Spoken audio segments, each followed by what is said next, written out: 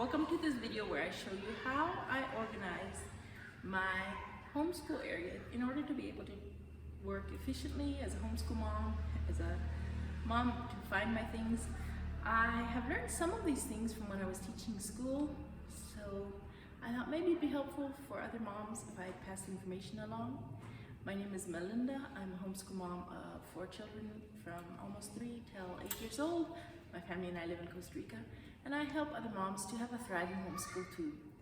So this is my school corner. Now my children's desks, if you've seen other videos, they're just beyond this. We were given desks and I'm very happy for them.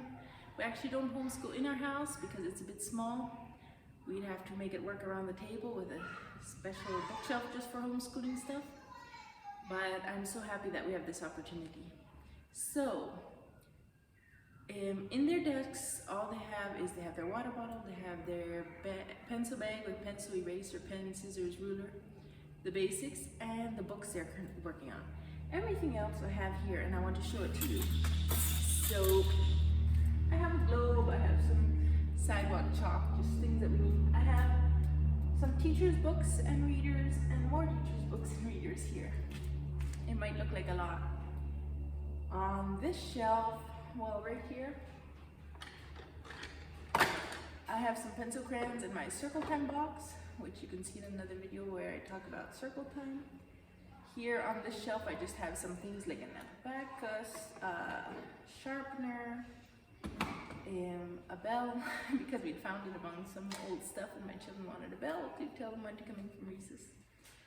And then in this drawer, I have things like extra pencils, charts, glue, all that kind of stuff. Little things. I store my teacher book in there, anything like that. And here I have some of my teacher books. Here are the ones from the Spanish subjects we do mostly, just to be able to have better control and find them easier. When I need to teach, I know exactly where to find them because I know where to store them. Here's first grade math, second grade math, third grade math. My kindergartner is doing a bit of first grade math when she wants, so I have them all in a row. The other teacher books down here, including the unit studies that we do, so when I need something, I just pull it out and I put it back in. And to make it simpler too, each teacher book, at where they're studying at, I have a sticky note, if you can see that there, stuck in, so that when I pull out my teacher book and someone wants help with this language arts, then I flip it open to here and I can see the answers, see what I need to teach them and everything. In this folder, I have their record keeping sheets and all their tests and quizzes. So when I give them a new book, I pull out any tests and quizzes, put it in here. When they're done with the quizzes, I put them in here till they're done with the book.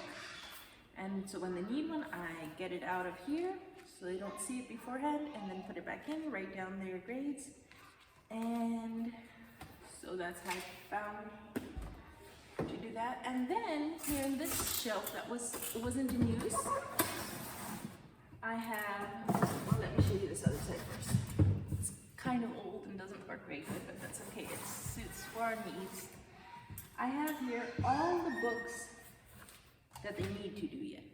So like my 3rd grader, her math is a textbook, she has it of course, but the kind of language arts and Bible and so on that they use light units or these small workbooks.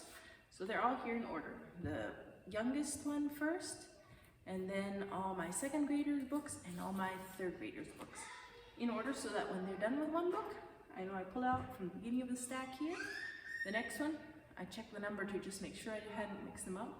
But it's a really simple way to have them, and I have them all ready at the beginning of the year. And over here I just have some other stuff that I need. I have some notebooks, some other things that we might need eventually, flashcard boxes for when we occasionally do flashcards. And maybe you can't see, but down here in the middle, between the new books and between those things, I have a stack where I put any finished test. Like if they have just a test, like a math test, I put it in there. We're at the beginning of the year, so there isn't much there yet. If they finish a light unit or a workbook, I put the quizzes and the tests from that one in the front cover, and then that whole book goes right on the top. I am keeping records and writing things down, but at the end of the year, if I have missed something, I can go back and look. And at the end of the year, we go through and we pull out a few samples for their portfolios of their work. Everything else gets pitched. But it's just a way that I found to be able to keep track of everything, to be able to see if I missed something. And any other record keeping I do in my teacher planner. You can get yours for free, link below. And so that's where I write down our goals for each day, and there's different things, more information on that in another video. But anyway, that's how I keep my school area, my school year, and everything organized. And I hope that gives you some helpful ideas for yourself. Be sure to check out my courses and my community for homeschool moms or overwhelmed moms below. And so you too can have a thriving homeschool, and subscribe. We'll see you in the next video.